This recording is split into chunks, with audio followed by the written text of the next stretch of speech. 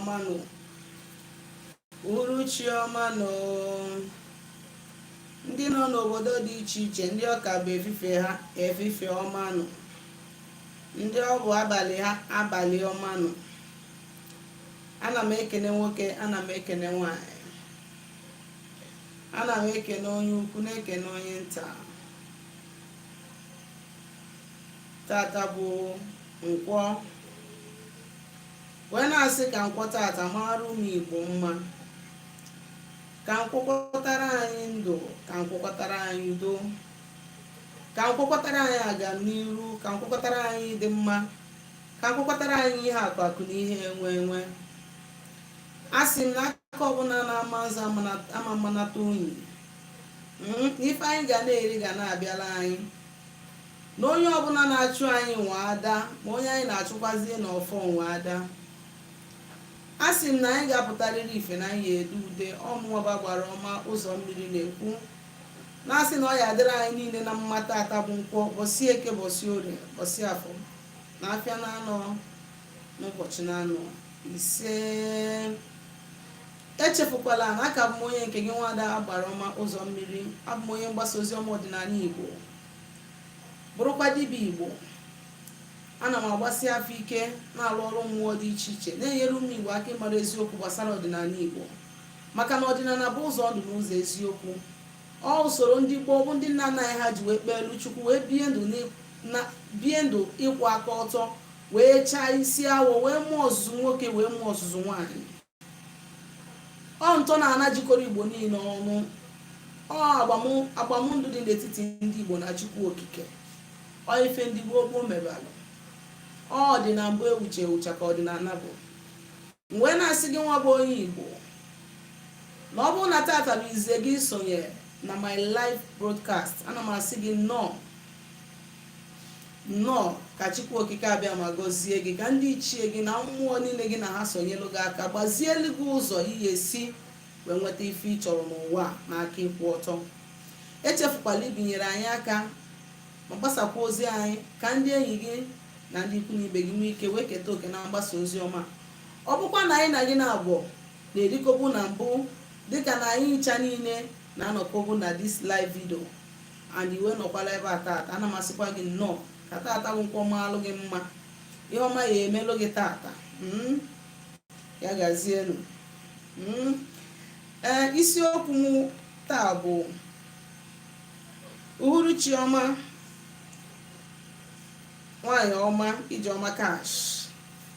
Ka ihe ọma hapụ ịkọkwana gị n'aka, amalụ gị mma nwaada. Ana m ekene nwoke na nwanyị, wee na-asị na ọ ga-agaziri anyị. Ihe m bịara ịkụzi tata bụ, na-etufu nnukwu oge, bụ the existence of evil spirits. What you should know about the existence of evil spirits. Ịbịa n'ụlọ ụka, a lot of people nọ na church na-ekpe ekpere na-asị every evil spirit fighting against my life die by fire. Kedu connection gị na evil spirit? How come? Biko unu drop one question. After the first person jụrụ ajụjụ, drop one question na our daily routine. Anyị bata ha n'ime nkuzi question. Unu drop one question. Once I'm done with our topic for the day, mma agbapụkwa ọsọ jee na ajụjụ. So ka nsi wee na-akwa na mbụ, ọtụtụ ndị mmadụ na-anọ n'ụlọ ụka wee na-ekpe ekpere, na-emegide ajọ mmụọ, na-emegide evil spirit. Ụfọdụ amarọ na enwere ihe dị iche na ajọ mmụọ na amoosu. Elot amarọ, elot ndị nọ n'ụlọ ụka na-eche na ajọ mmụọ bụ amoosu. Achee na mgbe amoosu nwụrụ, maybe ya till the fire, even if it's possible, which I know na fire ga-enwere ihe ọ ga-eme amoosu. The only thing fire gị ga-eme bụ na amoosu na-ejere onwe ya assignment, na-enwere ihe o ji ga-eme. Itiwe fire ọ branch abe gị, ịkpọbi ya for branch abe gị. So na evil spirit na amoosu abụrụ ofu. You must die. Ndị akara oghere na ndị amoosu abụrụ ofu. Witchcraft and evil spirit, witchcraft spirit and evil spirit, they are not the same, they are different. mgbede ọma maazị IG anyị Nwachukwu ekene m gị katata nkwọ malụ gị mma. Evil spirit wụ ndị akara oghere n'ọrụ onwe ha, ndị amụsụ wee n'ọrụ onwe ha. Kedu ka ndị amụsụ ndị akara oghere bụ ndị ajọ mmụọ si wee bịa into existence, and how come ịgba afọ asị gị na iyi eke ndị akara oghere? How come imegharịa ha asị gị na ndị akara oghere na-enye gị nsogbu? How come ije n'ụlọ ụka pastor asị gị pray against every evil spirit fighting against your life? How come? Maka na ọ bụ ma ajọ mmụọ a dị na-eme exist even within us. Anyị nwa bụ as in within our circle, anyị nwa bụ mmadụ, they are there. Ha na-akpagharị looking for stars. You want a connection with them. When you feel ha, they are just roaming around looking for people with good stars to distract them. Kedu kafasi abịa into existence? Kafasi abịa into existence bụ mmadụ ibi ụwa. For instance, ka m were onye akpọrọ ọrụ wee mee example dịka onye bụ dibịa.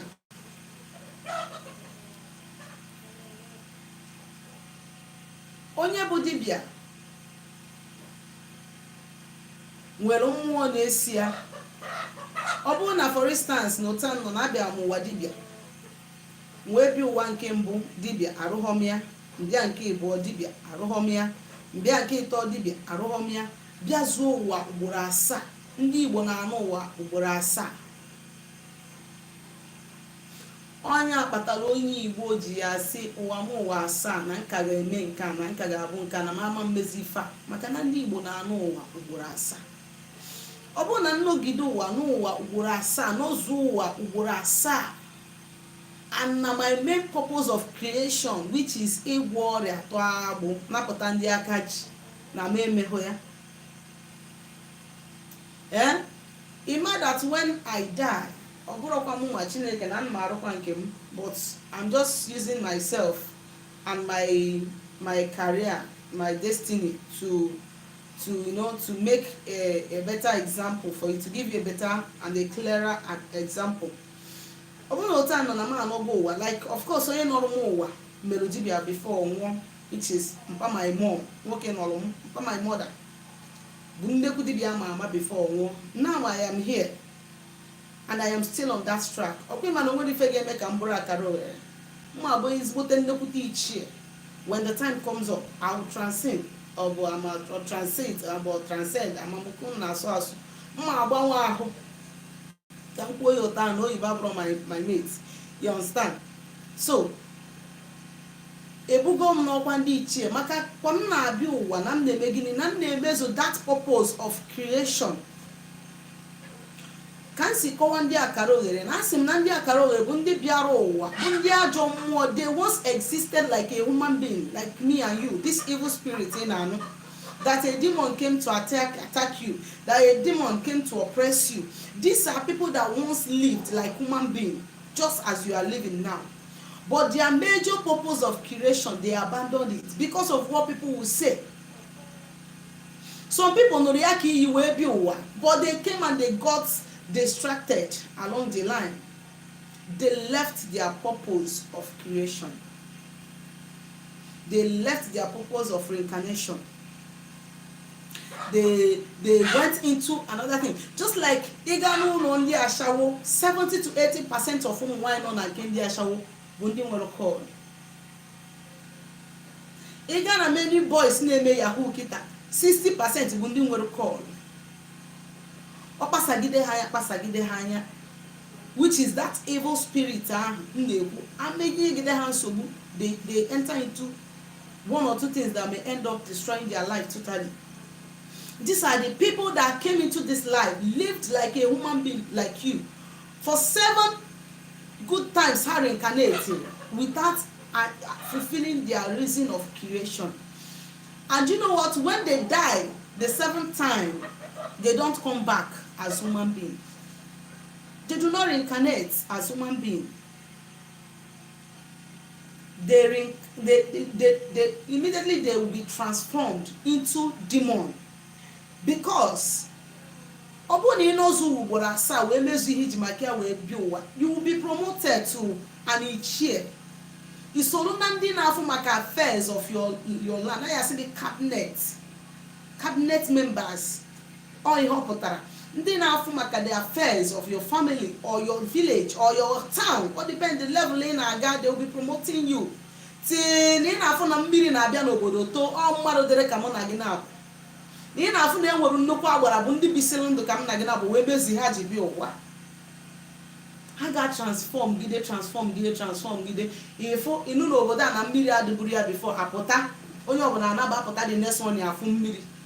Human being like me and you, someone who was a human being before, maka gịnị na o mezuru his or her reason of creation.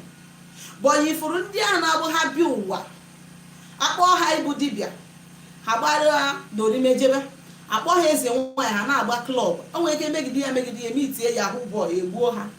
That first time agago, first ten or ha agago, anakwu wa the second time they will be distracted. Who are those distracting that person?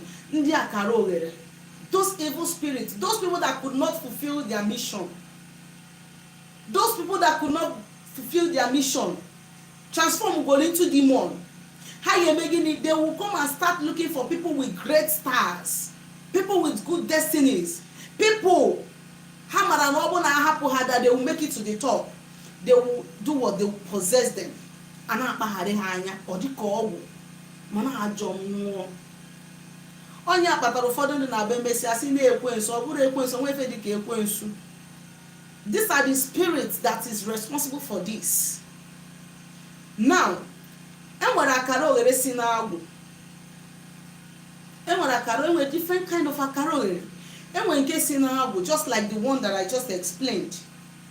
Ndị bịara ụwa dibịa, ịghọtago, ha bisie ndụ ha, ha lụọ ọlụ, 7 good time of reincarnation. They now died, and then they could not exist as human again, and they can't exist as a positive spirit. Do you know they will be transformed into demon because of iwe?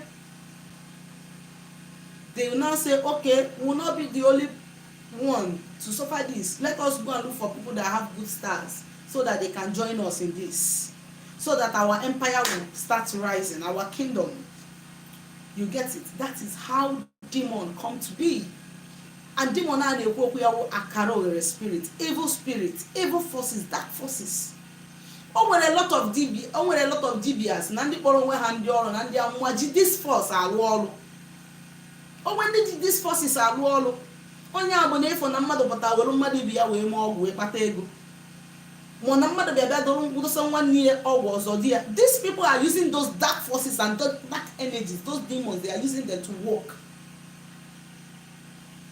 In this journey we have the path of light and the path of darkness. Or they can sword. Here is light, here is darkness. Okay, like you choose. So that is that about ndị akara oghere si n'agwụ.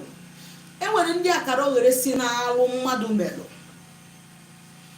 Akara oghere si n'alụ demon possessiri gị due to alụ imelụ. And demon ga-adị responsible for this bụ ndị anụwa megidere alụ, nyegide nsi, gbugide mmadụ, gwegide mmadụ, megide ọgwụ ego a na-akụgbuo ha. All their time of reincarnation, emenube ezigbo ihe. For the whole time they've been reincarnating, they have been using that time to perform all manner of evil and cause all manner of pain to humanity. When they die the 7th time, do you know what? They cannot come back as a human being, and they cannot exist as onyichie. Hamanozo mmadu wasef. They will be transformed. And if I can enable those people, nwere ka osi eme ha, agbanyere ya, that is mgbe ọbụla ị nọ efo mmadụ ihe a na-emeri ya, ihe ọma na-emeri ya, ị na-enwufu anya. Be careful, akara oghere spirit is standing beside you. Evil spirit is there. demon is there telling you to don't be happy with this person. How can you be happy with this person? In fact, je gwọrọ onye ọgwụ o feel no ka go gikita na je gwọrọ onye ọgwụ ka igosi ya no nwere forma. That spirit will push you into doing that thing. And imere ani ya na ejide gi, and an ejide gi, you are gone. O nwere ike you can never come out from the chain of that demon as long as you have submitted your conscience to it. O ga na use gi o na torment ndị mmadụ. Even if you reincarnate again, o ya eso gi till you make sure no close your chapter, you do what? You join them. Men are spirit and spirit are men. So you must be careful. You must be very, very, very, very careful. What they can do in Ebi. A lot of us are marubo na inogorowa. Of course, now, put time, say Cambodia now, we make it up and came Ubone, Kamuan or Kedu the stage Muan on Yaketa. Or 1K talk and no, on Kino, on Kise, on Kisi, on Kasa. But for you to know this, you must be highly rooted in the history of your ancestors, maternal and paternal ancestors. A lot of people will never even find out till they die that this and but when they reincarnate, they will be made unconscious of that thing, that revelation. Monagina Abamaro level I know. Monagina Abamaro, ma ban kise, ka ban kino, ka ban keto, kaina no, kon kisi. Because this one will be the last one. We don't know. That is the reason why if you are fortunate enough, try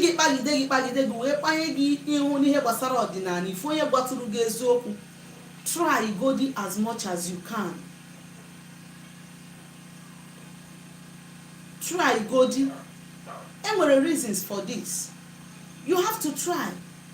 Because even if you die without appeasing some of these spirits, whatever that even if that person discovers his or herself, whatever that person is giving to you, you'll be denied of your rights. It has to pass through the person that was there before you.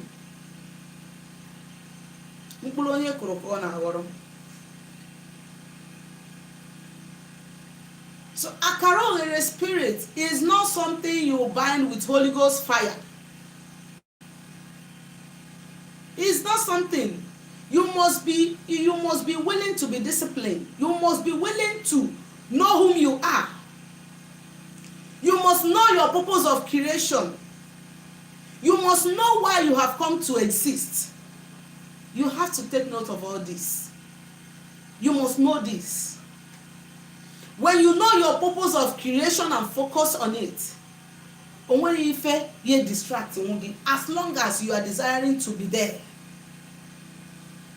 But once you don't know your purpose of creation, a lot of people can be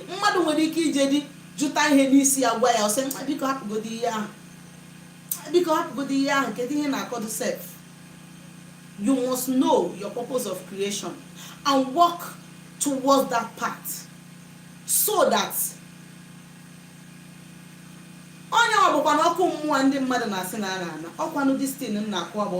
know, everybody, every religion where a pattern has spirituality.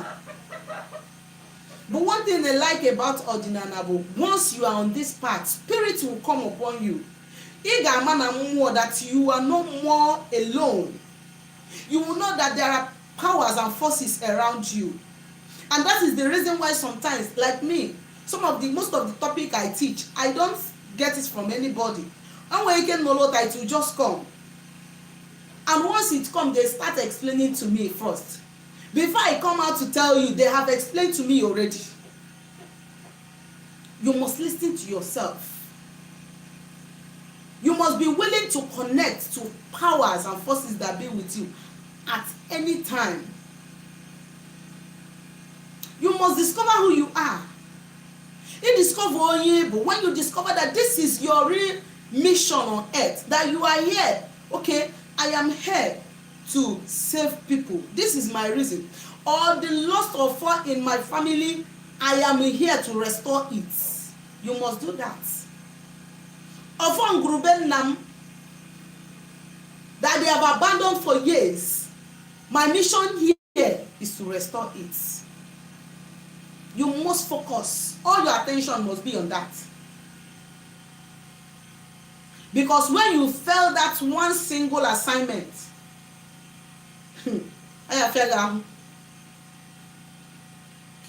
you must take note of all these things. Okay, this is my reason of creation.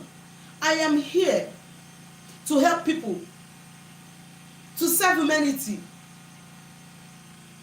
by giving help to people. This one in our assignment, you must be willing to give help to people at any time is available. Anytime you have it around you, you must be willing to help. Almost enable my kind of person that you are created to take bullets for people. You must be willing to take that bullet. If you are created to be tattered so that other people's happiness can be complete, you must do that. Somebody like me, and I have a woku, go luxurious clothes. Where are you wearing them to? When I'm always in the bush. If I'm not in the bush, I am in front of deities, or I am on top of a mountain. You must. It is not about now.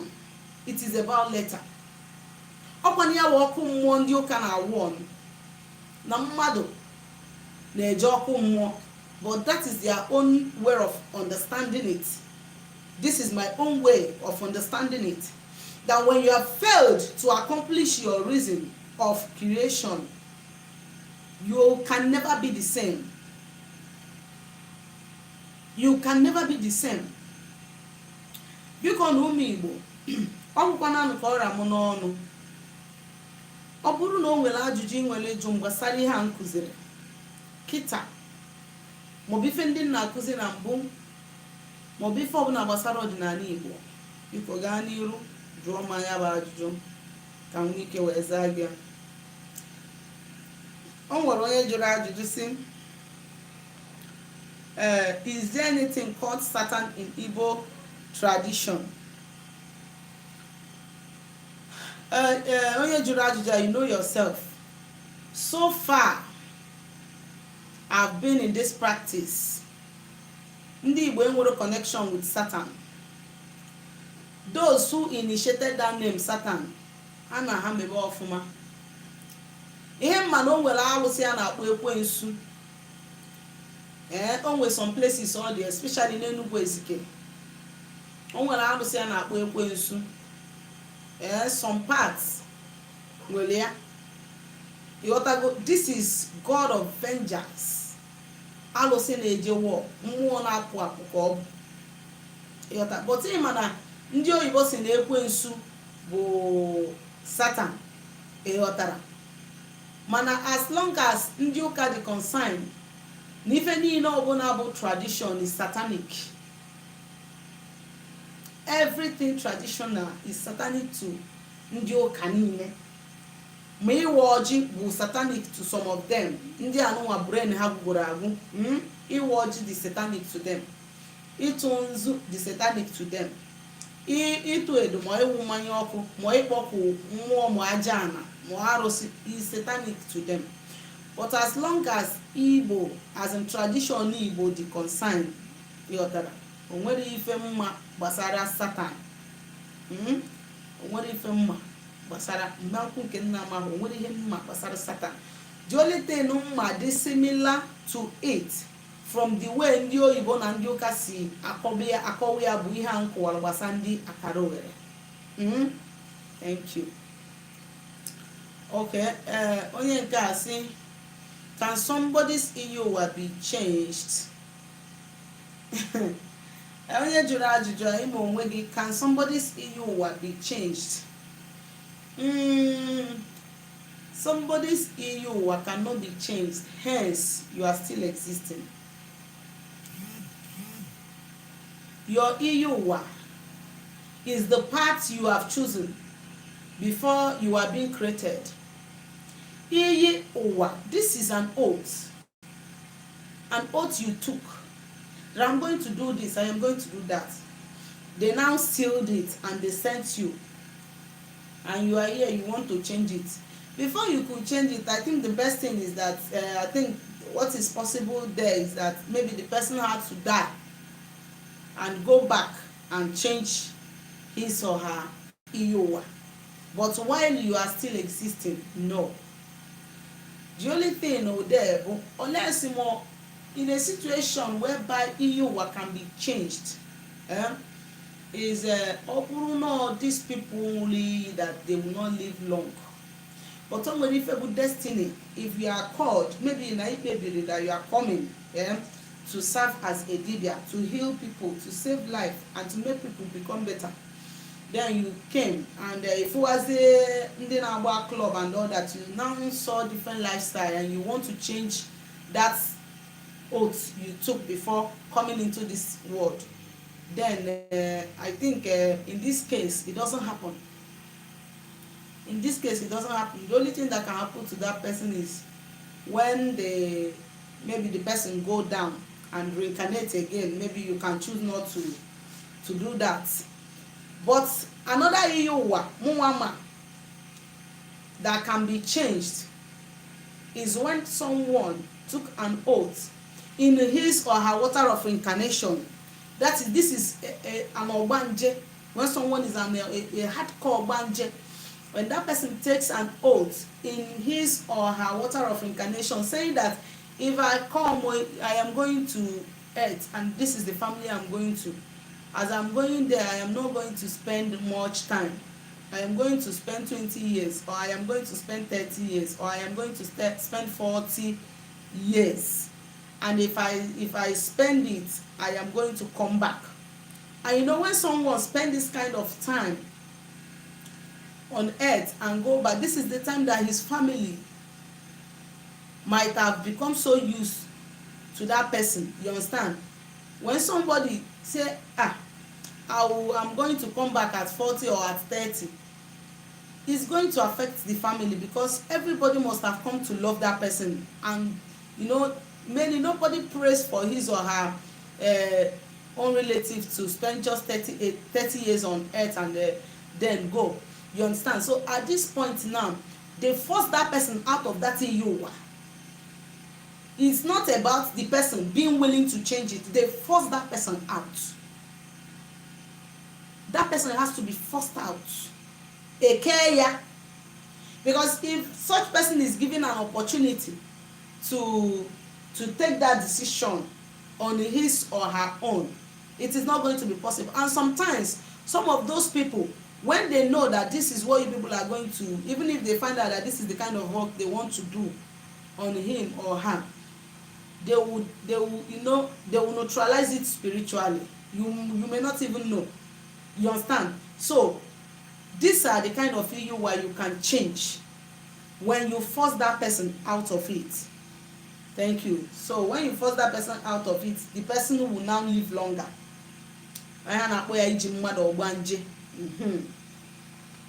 So can someone still alive reincarnate somebody? Yes. Mmadụ na-anọ onye dị ndụ na-anọ mmadụ ụwa. Nye dị ndụ na-anọ mmadụ ụwa. People that are alive used to reincarnate people. I have seen it not less than 2, 3, 4, 5. I have seen it in so many places. People reincarnating people while they are still alive. Like my grandfather that reincarnated me, I was 4 months when he died. My dad, my own father, reincarnated my direct younger brother. That my father died I think about 6 years ago. You understand? So, and he reincarnated my direct younger brother. You see it. So someone can be alive and reincarnate someone. So this person say, how often should should a mariner with a call visit his or her water of reincarnation? A mariner with call, nobody, you are not supposed to you know, to ask questions on how this should be a personal something with you and your own forces. You understand? This is should be a kind of a deal between you and your own forces. Like for a starter, someone who is just starting, if your water of reincarnation is too far from where you are, you can be visiting once in 2 months. You can be visiting once in a month. But if your water of reincarnation is just at the back of your house, my dear, you can even be visiting every eke. You can choose every eke for yourself, that before you do any work, you go and give them muzu and they do that. You understand? And another thing you have to understand is this: if once, as someone who is just starting, if you start and you know you are going and you are going and you are going, as time goes on, you know that many people will start coming for work, and there are work that will come when you do after, they will say go and do it in your water of reincarnation. That is it. Is that one not visit? And as you are going there, you are going to offer them something before you bring the agenda that you want to carry out for the person you came for. Okay. Good evening, ma'am. Sorry for diverting from the topic. I had a dream that I don't understand. I saw a ripe mango and it was the only mango on the tree. While looking for a way to pluck it, someone else helped me, a child. Please, the person that had this dream, are you married? If you are married, a child is on your way. If you are not married, please do not engage yourself with anything abortion. Please, that thing is a child. It's a child, and it's just a special child. It's a child, a special child. Please.